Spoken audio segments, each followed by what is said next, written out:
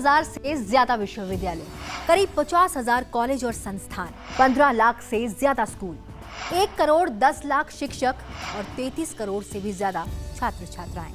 आंकड़े बता रहे हैं कि भारतीय शिक्षा व्यवस्था दुनिया की सबसे बड़ी शिक्षा प्रणालियों में से एक है। ऐसे में शिक्षा अवसंरचना, इसकी गुणवत्ता, ज्ञान, नवाचार और अनुसंधान के विकास पर विशेष ध्यान दिए जाने की जरूरत है, ताकि भारत फिर से वैश्विक ज्ञान महाशक्ति यानी कि विश्व गुरु बन सके। नमस्कार, मैं दीक्षा कोहली संसद टीवी के खास कार्यक्रम संसद संवाद में आज बात करेंगे शिक्षा मंत्रालय की अनुदान मांगों पर बजट सत्र के दौरान लोकसभा में हुई चर्चा की। At a time when the ministry is seeking to roll out a serious and broad policy framework that would be the cornerstone of a sweeping change in our education system, it's indispensable that there be adequate budgetary allocations to facilitate the smooth implementation of the policy. The allocations of the ministry only constitute 2.67% of the government's estimated expenditure for the financial year and only 3.2% of our nation's GDP.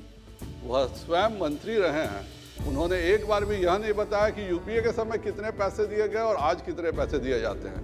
और एक लक्ष्य रखा गया है कि 2047 जब आज़ादी के 100वें वर्ष होंगे तब भारत किस प्रकार से जो हमारा एक विश्व गुरु बनने का ख्वाब है, जो विश्व गुरु, उसकी हकीकत में हम कैसे कर सकते हैं।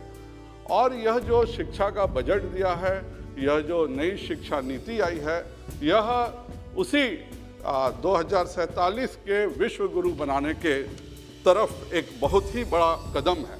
चर्चा के दौरान शिक्षा की महत्ता, इसे समावेशी बनाने, शिक्षक प्रबंधन और प्रशिक्षण, पाठ्यक्रमों की व्यवहारिकता, शिक्षण संस्थानों की वैश्विक रैंकिंग और शिक्षा के निजीकरण जैसे तमाम मुद्दों पर सदस्यों ने विचार और सुझाव रखे।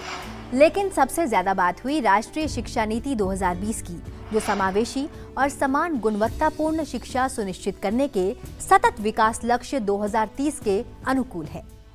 सत्ता पक्ष ने राष्ट्रीय शिक्षा नीति को सही दिशा में उठाया गया महत्वपूर्ण कदम बताया। उनका कहना था कि नई शिक्षा नीति देश की शिक्षा प्रणाली में दूरगामी परिवर्तन लाएगा। विपक्ष ने भी राष्ट्रीय शिक्षा नीति की सराहना की, लेकिन नई शिक्षा नीति की बढ़ती आकांक्षाओं के मुताबिक बजट आवंटन नहीं करने को लेकर सवाल भी उठाए। तत्कालीन केंद्रीय शिक्षा मंत्री रमेश पोखरियाल निशंक ने कहा कि राष्ट्रीय शिक्षा नीति आत्मनिर्भर भारत के लिए मजबूत आधारशिला का निर्माण करेगी।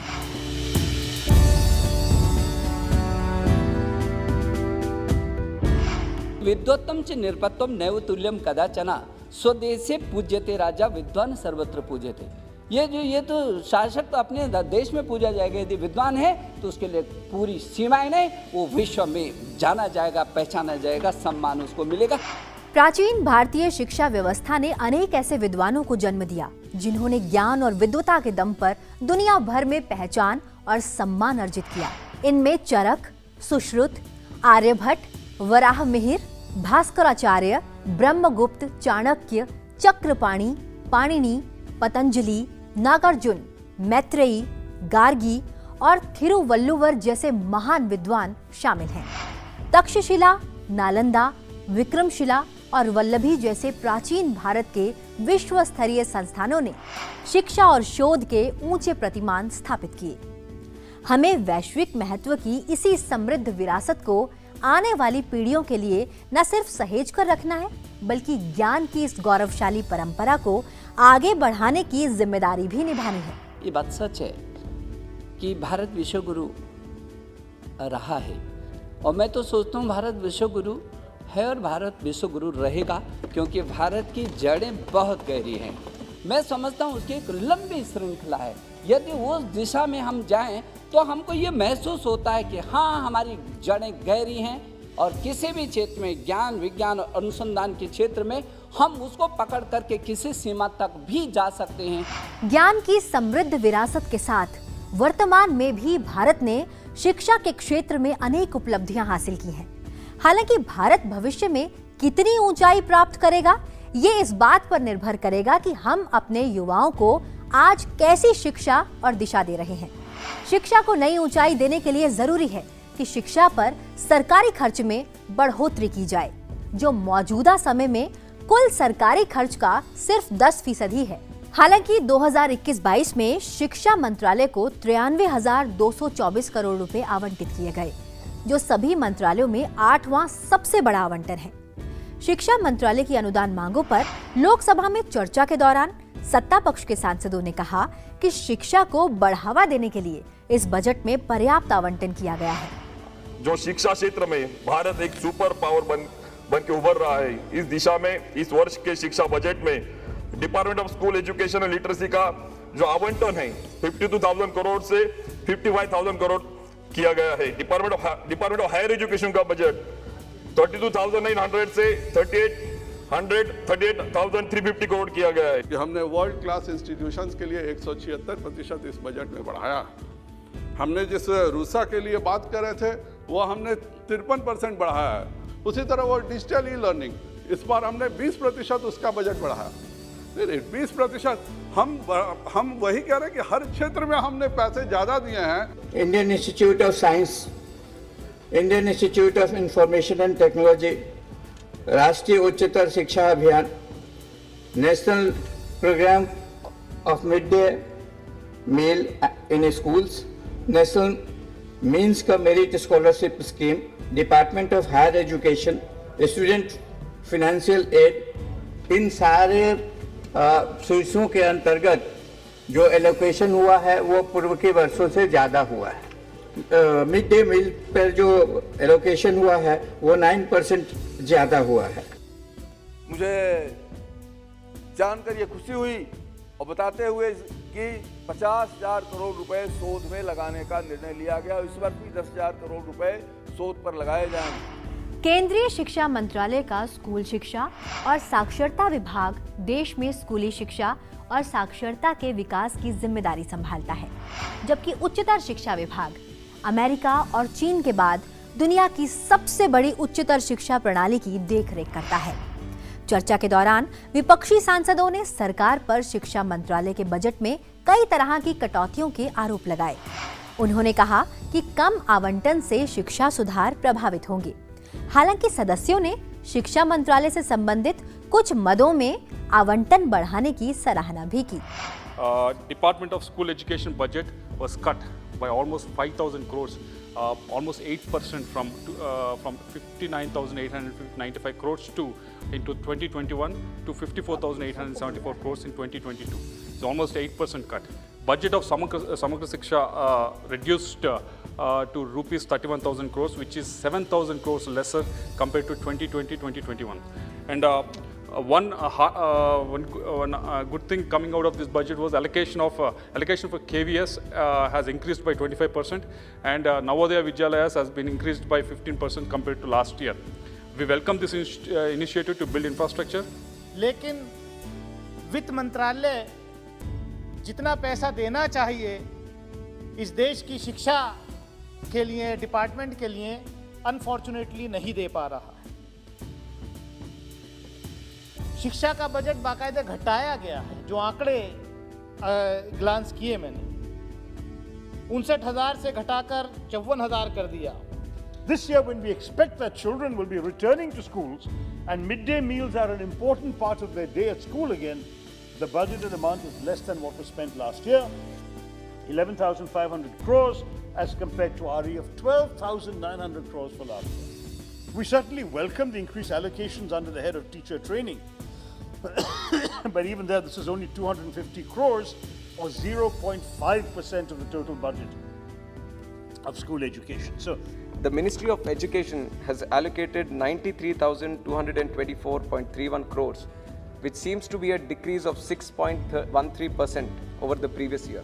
So if we have to take national education policy seriously, I would recommend that from the central government, and also it has to take the step so that the states also follow them, that at least minimum spending of 6% is ensured in the spending of the GDP.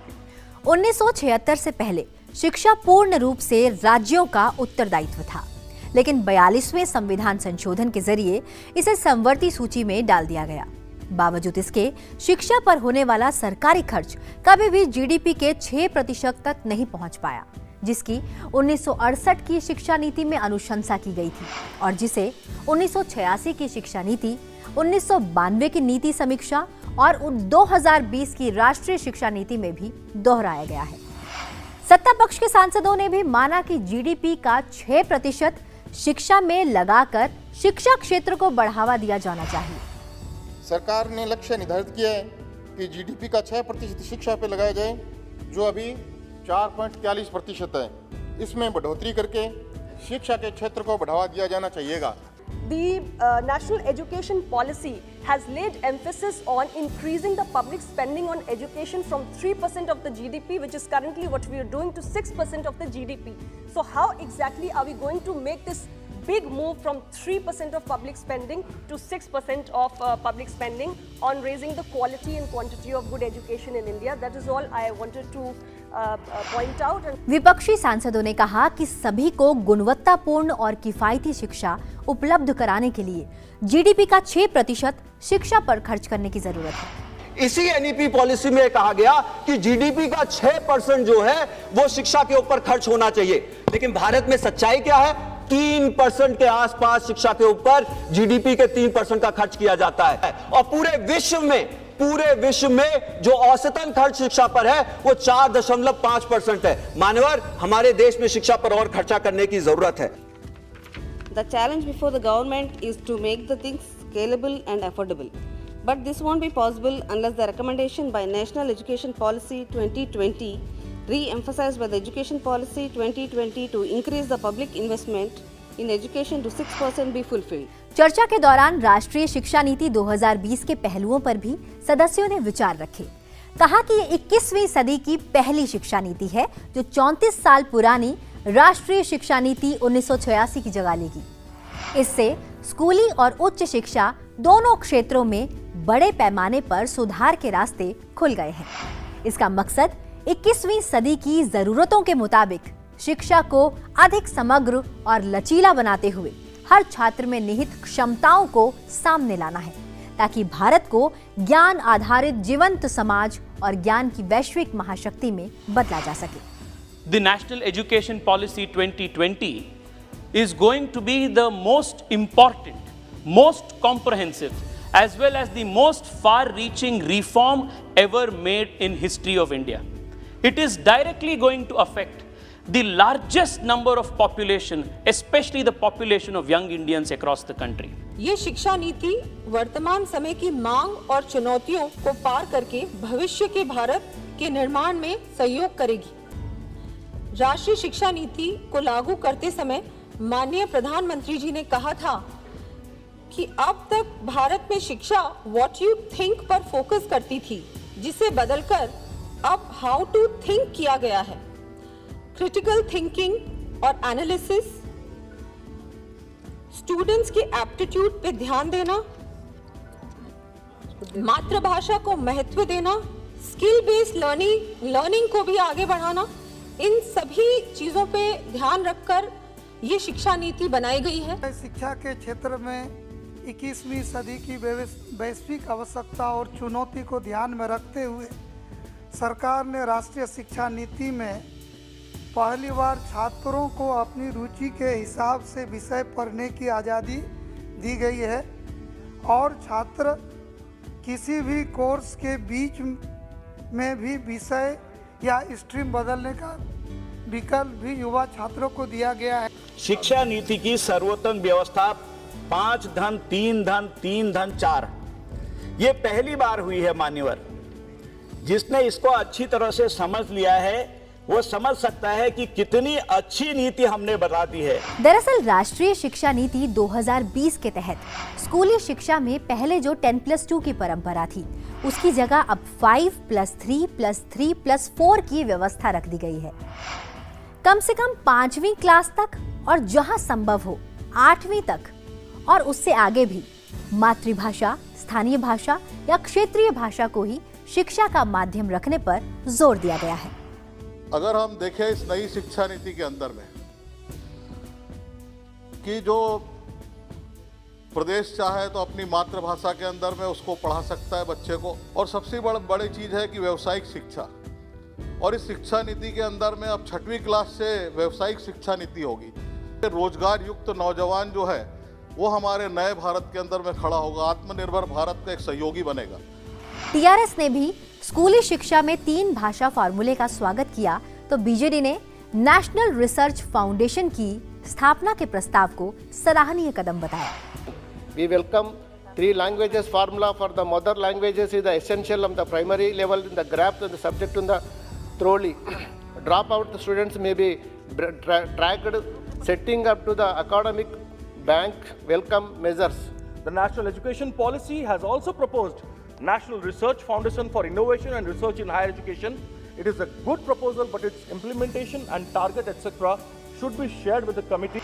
Sikkim से सांसद Indira Hong सूबा ने स्कूलों में पूर्वोत्तर भारत का इतिहास, भूगोल और संस्कृति पढ़ाने का सुझाव दिया तो शिवसेना सांसद ने कहा कि स्कूलों में स्वतंत्रता सेनानियों और महापुरुषों के बारे में भी विस्तार से पढ़ाया जाना चाहिए।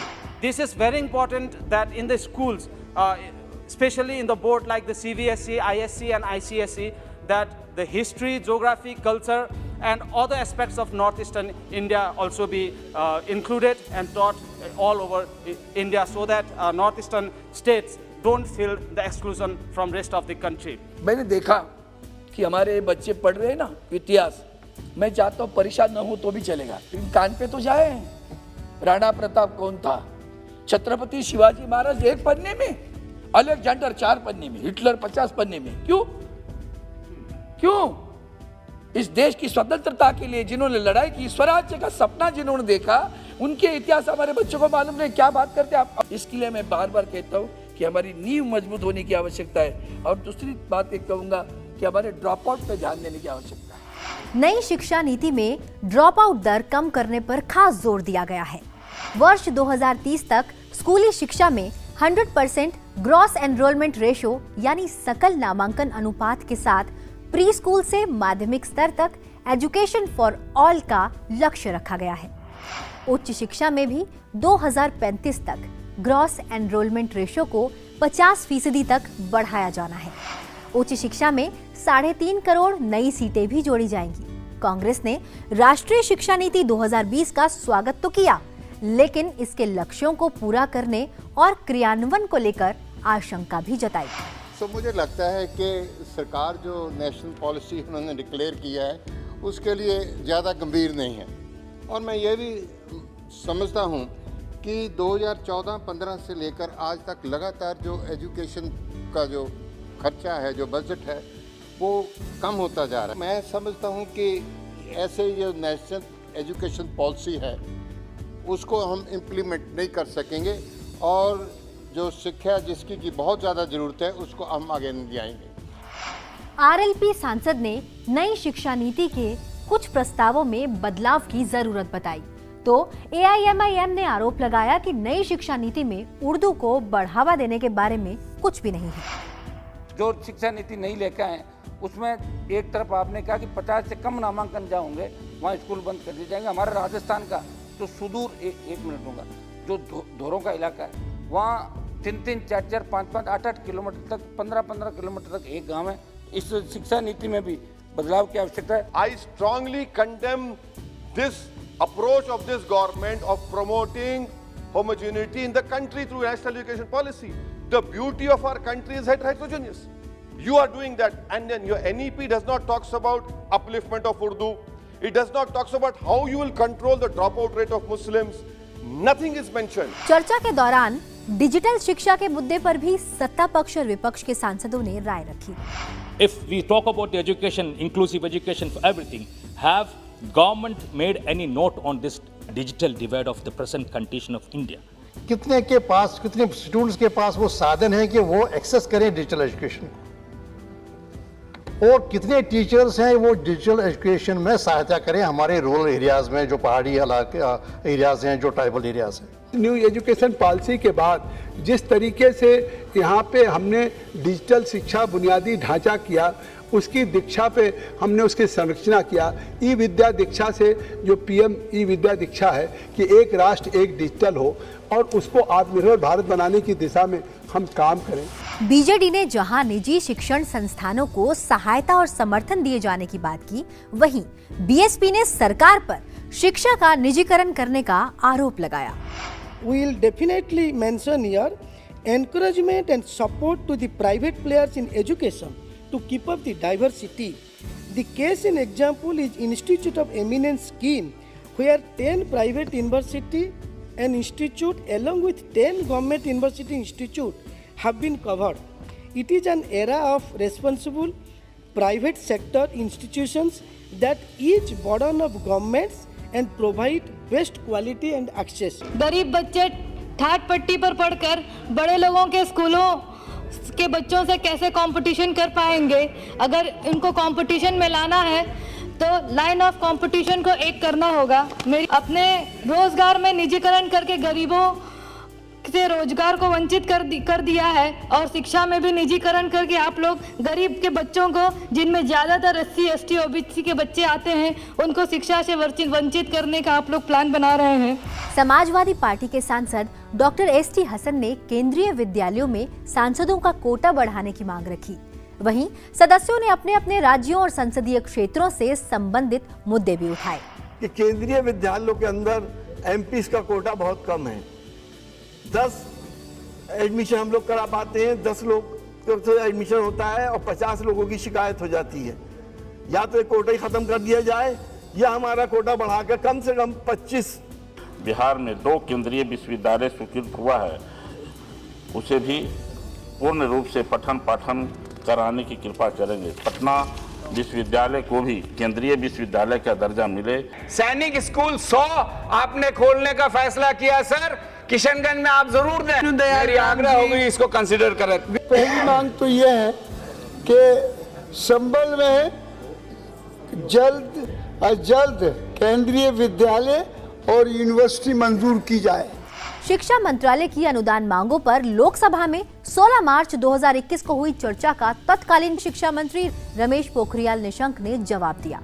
उन्होंने नई शिक्षा नीति के समर्थन के लिए सदस्यों का आभार जताया, साथ ही इसके क्रियान्वयन को लेकर विपक्ष की आशंकाओं का जवाब भी दिया कि 21वीं सदी का भारत चाहिए स्वर्णिम भारत, ऐसा भारत जो स्वच्छ हो, जो सुंदर हो, जो समृद्ध हो, जो सशक्त हो, जो आत्मनिर्भर हो और जो श्रेष्ठ भारत हो। इस आत्मनिर्भर भारत के लिए, उस श्रेष्ठ भारत के लिए ये नई शिक्षा नीति जो 2020 आई है वो इसकी आधारशिला है। यदि इस शिक्षा नीति के बारे में मैं कहूँगा तो माननीय अध्यक्ष जी, मैं कह सकता हूँ ये नेशनल भी है, ये इंटरनेशनल भी है, ये इम्पैक्टफुल भी है, ये इंटरेक्टिव भी है, ये इनोवेटिव भी है, ये इंक्लूसिव भी है। और यदि इसकी आधारशिला को देखेंगे तो इक्विटी, क्वालिटी और एक्सेस की खूबसूरत आधारशिला है। इस पर दूर दूर तक कोई उंगली नहीं उठा सकता कि आज दुनिया के तमाम देशों ने इसको दुनिया का सबसे बड़ा रिफॉर्म बताया है और ये भारत केंद्रित होगी। ये इसलिए मातृभाषा के साथ लाई हैं। ये 22 जो भारतीय भाषाएं हैं, हम इसको सशक्त करेंगे और इन्हीं को सशक्त करके इसमें ज्ञान भी है, इनमें विज्ञान भी है, इनमें आचार भी है, व्यवहार भी है, परंपराएं भी हैं और इसलिए फिर वही हिंदुस्तान खड़ा होगा जो विश्वगुरु हिंदुस्तान था। ये है इसका रास्ता। शिक्षा मंत्रालय के बजट में कटौती को लेकर विपक्ष के आरोपों का भी उन्होंने जवाब दिया, साथ ही शिक्षा के क्षेत्र में भारत की उपलब्धियों के बारे में भी बताया। जो बहुत लोगों के मन में ये शंका है कि काफ़ी कुछ बजट कट गया है, तो ऐसा नहीं हुआ है। सभी उस बात से विज्ञ हैं कि कोविड-19 में जो संशोधित हमारा हुआ था वो 52,179.07 करोड़ ये संशोधित हमारा परिव्यय हुआ था। लेकिन मुझे खुशी है कि 52,189.07 करोड़ से बढ़कर के 21 और 22 में 54,873 करोड़ ये कर दिया। इसमें 2,684.59 करोड़ की वृद्धि हुई है, 5.14 करोड़ की इसमें वृद्धि हुई है। और अभी जो 15,000 जो स्कूल, आदर्श स्कूलों की जो बात हो रही है, वो 15,000 स्कूल जो नई शिक्षा नीति के ब्रांड बनेंगे, वो 15,000 स्कूलों का जब योजना ये इस बजट में घोषणा है, बजट में पैसा नहीं है, लेकिन मुझे लगता है, मेरा अनुमान जो मोटा मोटा लगता है 20 से लेकर 30,000 करोड़ का वो भी होगा। तो यदि ये स्नातक और स्नातकोत्तर शिक्षा में जो संख्या यदि मैं बताऊं, मोटा मोटा बताऊं, तो यूके में अभी यदि 1920 को मैं बताऊं तो जो ये स्नातक और स्नातकोत्तर की डिग्री देते हैं, उन्होंने 25,32,000 दिया और अमेरिका ने 2,19,000 दिया, जबकि भारत ने 3,85,000 डिग्रियों को दी है। बात ठीक है कि रैंकिंग में हम पीछे थे, लेकिन अब हम पीछे नहीं हैं। अब जहां हम 2012-13 में जो है 1,000 के अंदर जो क्यूएस रैंकिंग का मैं देख रहा था, जहां 11 संस्थान थे, अब 21-22 संस्थान हो गए हमारे। विषयवार में प्रथम 100 में हम 12 संस्थान आए हैं हमारे, ये देश के लिए गौरव का विषय। उन्होंने बताया कि पहले की तुलना में न सिर्फ विश्वविद्यालयों की संख्या बढ़ी है, बल्कि अनुसंधान और पेटेंट की दिशा में भी तेजी से काम किया जा रहा है। अभी विश्वविद्यालय देखिए, 14-15 में केवल 760 विश्वविद्यालय थे, इस समय 1,043 विश्वविद्यालय। IIT पहले केवल 15-16 थे, इस समय 23 हुए हैं। IIIT पहले 9 थे, अब 25 हुए हैं। ये वो संस्थान है जो विश्व के स्तर पर हमारी पहचान बनाते हैं। इस समय IIM भी 13 से 20 हो गए, और एम्स के बारे में तो और मेडिकल कॉलेज के बारे में तो पता ही है सब लोगों को। अब अनुसंधान होगा, पेटेंट होगा, ये पैकेज की दौड़ खत्म होगी। जिस दिन पैकेज की दौड़ खत्म होकर पेटेंट की दौड़ शुरू होगी, उस दिन हिंदुस्तान पूरे विश्व में सर्वोत्तम उत्कृष्टता पर चला जाएगा। और मुझे इस बात की खुशी है कि ये होने लग गया है। आने वाला समय तकनीक केंद्रित विश्व व्यवस्था का है। ज्ञान के परिदृश्य में पूरा विश्व परिवर्तन के दौर से गुजर रहा है। बिग डाटा, मशीन लर्निंग और आर्टिफिशियल इंटेलिजेंस जैसे क्षेत्रों में तकनीक का तेजी से विकास हो रहा है। डिजिटल विश्व में आत्मनिर्भर और स्वावलंबी बनने के साथ उसके खतरों की गहरी समझ विकसित करने की चुनौती भी हमारे सामने है। ऐसे में शिक्षा क्षेत्र में प्रौद्योगिकी और गुणवत्ता को बढ़ावा देने के साथ साथ सरकारी खर्च को बढ़ाने की भी आवश्यकता है, क्योंकि भारत दुनिया का सबसे युवा जनसंख्या वाला देश है और युवाओं को गुणवत्तापूर्ण शैक्षणिक अवसर उपलब्ध कराने पर ही देश का भविष्य निर्भर करेगा। नई शिक्षा नीति भारत के भविष्य को गढ़ने का सुनहरा अवसर है, जो नए भारत की उम्मीदों को पूरा करने का जरिया बनेगी।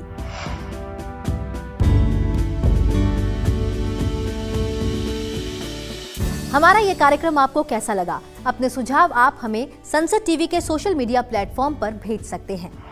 फिलहाल इस एपिसोड में बस इतना ही। अभी के लिए मुझे दीजिए इजाजत और देखते रहिए संसद टीवी। नमस्कार।